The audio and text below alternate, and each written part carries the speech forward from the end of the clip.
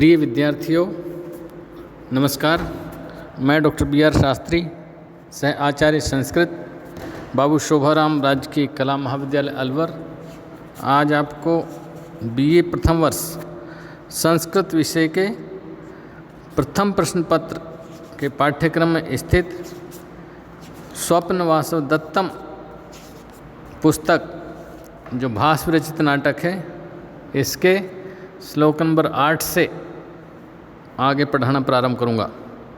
अब तक हमने पढ़ लिया कि आचार्य योगेंद्रन और वासवदत्ता वन में चले जाते हैं और वहाँ उनकी मुलाकात मगध राजपुत्री पद्मावती से होती है, क्योंकि वो भी अपनी माताश्री से मिलने वहाँ आई हुई थी। उसके सैनिक हटो करके साधु सन्यासी हटा रहे थे और तब योगेंद्रन ने उससे पूछा कंचुकी से कि ये क्यों हटा रहे हैं। तब उन्होंने बताया कि इनकी माता से मिलने आई हैं, लेकिन आप लोगों को कोई दिक्कत नहीं होगी, साधु सन्यासियों को कोई समस्या नहीं होगी। उसी समय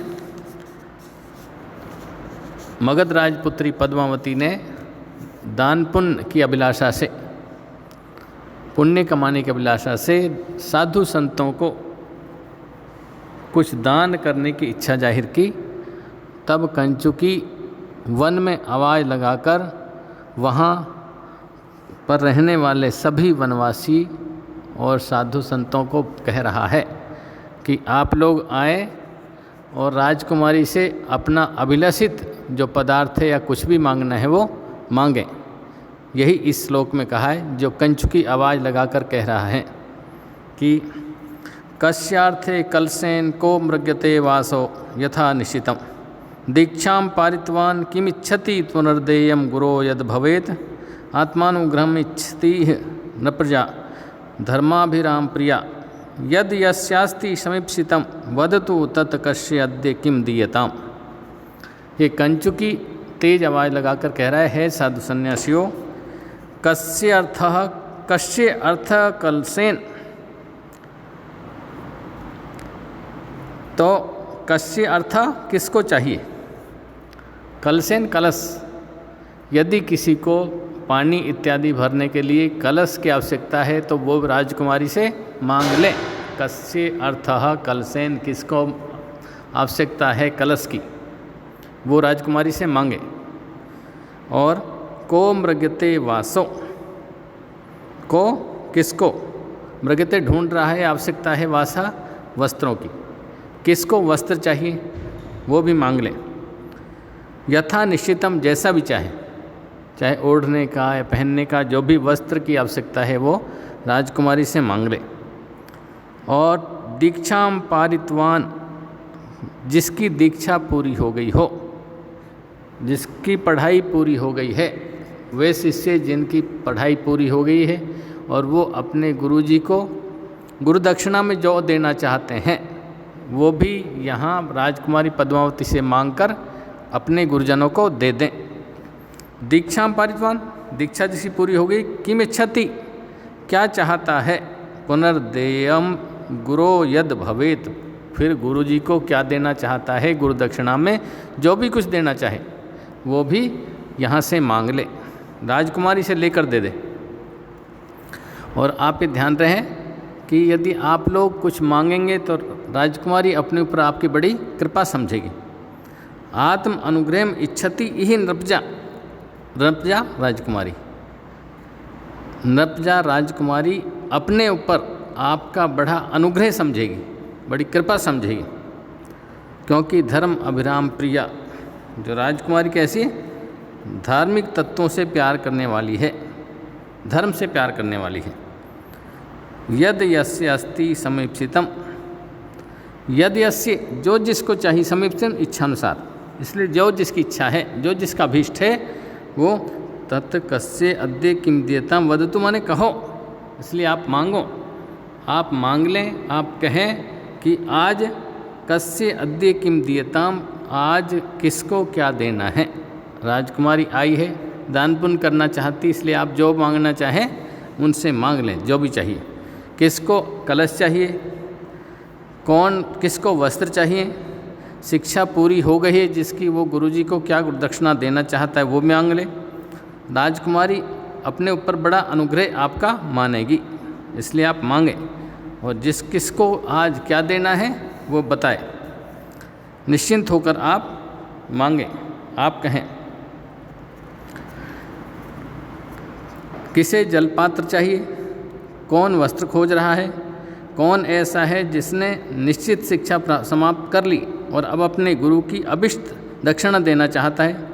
राजकुमारी को धर्मात्माओं से प्रेम है, वह चाहती है कि आप उनको अनुग्रहित करें, जिसको जो अभिष्ट है वह बताए कि आज आपको क्या दिया जाए, क्या आप मांगना चाहते हैं। निश्चिंत होकर राजकुमारी से आप मांग लें।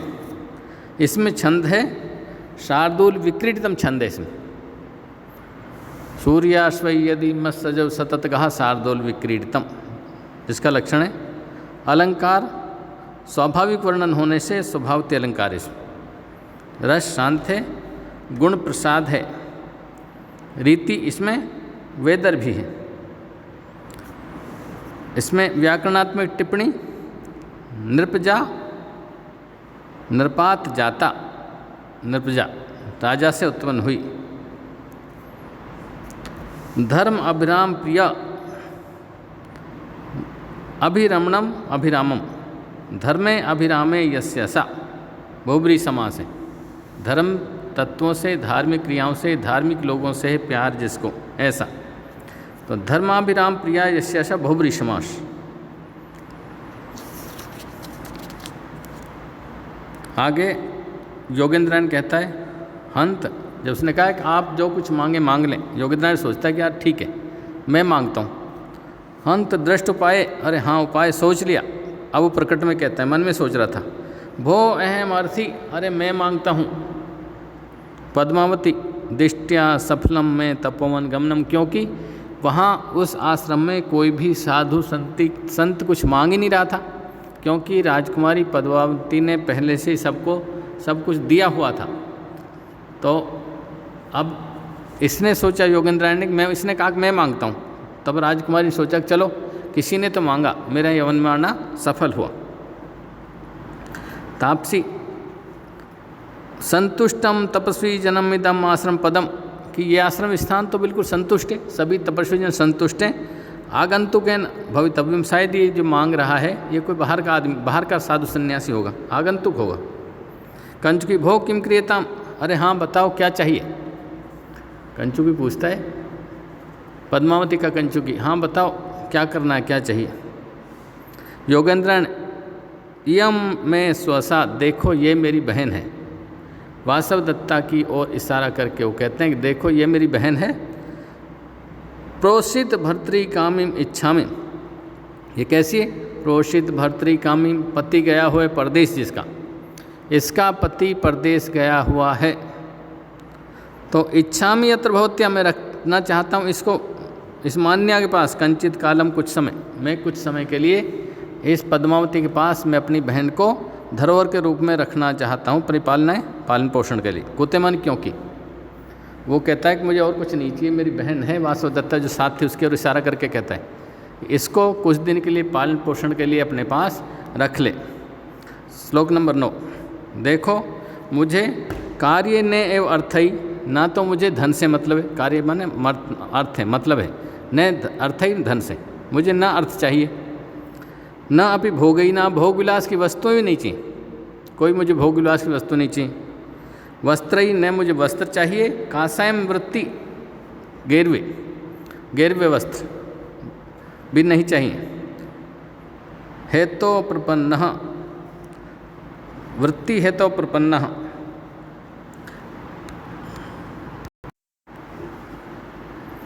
न कार्यम अर्थे, ना मुझे धन चाहिए, न भोगई, ना भोग विलास की वस्तु चाहिए, न अहम काशम वृत्ति हेतो प्रपन्ने, ना ही मैंने काशायमन गेरवे वस्त्र, ना ही मैंने गेरवे वस्त्र धारण किए वृत्तिमन आजीविका के लिए, मुझे आजीविका भी नहीं चाहिए।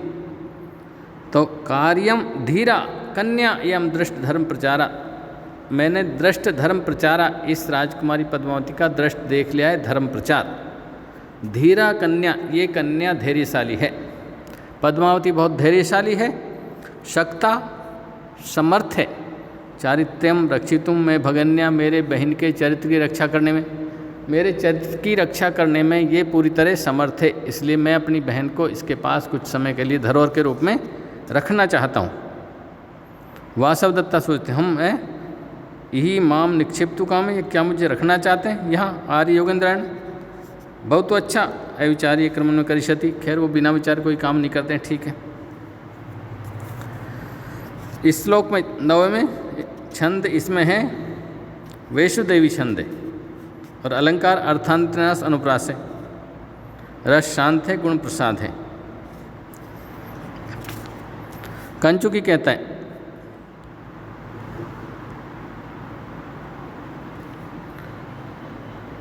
भवती ठीक है, मैत्ती खलु है मान्या, मैत्ती खलु अस्य व्यापारष्ण्या, इसकी प्रार्थना तो बहुत कठिन है। कथम प्रजानीम, कैसे स्वीकार करें, कुतैमन क्योंकि मान्या इसकी प्रार्थना बहुत कठिन है। ये कह रहा है कि मैं अपनी बहन को यहाँ रखना चाहता हूँ कुछ दिन। देखो सुखम अर्थो भवेद दातुम, सुखमन आसान है, अर्थो भवेद दातुम धन देना, यदि ये धन मांगता हम दे देते। सुखम प्राणा, प्राण देना भी आसान है। सुखम तपे, और तपस्या का फल देना आसान, वो भी दे देते। सुखम अन्यत भवे सर्वम, और बाकी सब कुछ भी आसान है। लेकिन दुखम न्यासस्य रक्षण, किसी के न्यास मन धरोहर की रक्षा करना दुखम दुखद है। किसी की धरोहर की रक्षा करना सबसे कठिन है। तो धन देना आसान है, प्राण देना भी आसान है, तपस्या का फल देना आसान है, और बाकी सारे काम सुखद हैं, आसान हैं। लेकिन किसी की दुखम न्यासस्य रक्षणम, किसी की धरोहर की रक्षण संसार में सबसे कठिन कार्य है। तो ये कैसे संभव है, हम कैसे आपकी इच्छा स्वीकार करें। पद्मावती कहती आर्य प्रथम उद्घोष्य कि इच्छति है। आर्य पहले आपने कह दिया कौन क्या चाहता है, अब मना क्यों कर रहे हो। किमिदानी विचारितम, यद ऐसे भणती जो ये कह रहा है तद अनुष्ठव, तो आर्य वैसा ही करें। कंचुकी अनुरूप में तद्भवत्या है मान्या, ये आपके अनुरूप है, आपने कहा वैसा किया। चेटी चिरम भवतु भर्तृदारी का एवं सत्यवादिनी, चेटी कहती है चिरम जीवितु है राजकुमारी, आप लंबी उम्र तक जिए, आप सत्यवादिनी जैसा कहती हैं वैसा करती हैं। कंचुकी भवती मान्या, तथा ठीक है। उपगण पास जाकर भो अरे अभ्युपगतम अत्र भवत्यो भगन्या परिपालना, स्वीकार कर लिया है राजकुमारी आपकी बहन का परिपालन करना।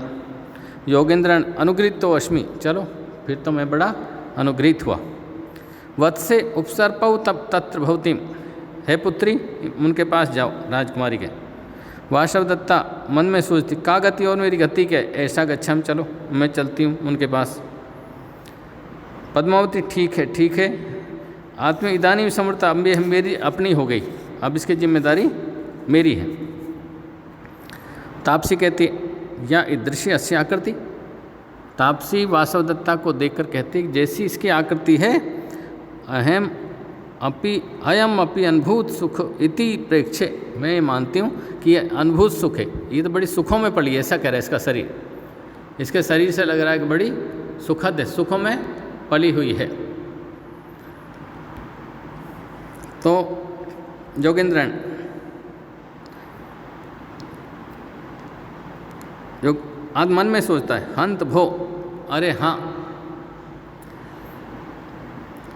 अर्ध अवसितम भारस्य, मेरी आधा भार तो हट गया। यथा मंत्रितम, जैसे मंत्रणा की थी मंत्री विषय, तथा परिणति वैसे ही परिणाम आए। तते प्रतिष्ठिते स्वामिनी, तब दोबारा स्वामी के अपने राज्य पर स्थिर हो जाने पर। तत्र भवतीम उपनयतो, जब हम वासवदत्ता को उन्हें राजा को सौंपेंगे तो यही अत्र भवती मगध राजपुत्री राजकुमारी पद्मावती विश्वास स्थानम भविष्यति, उनका विश्वास का पात्र बनेगी कि मेरे पास थी है।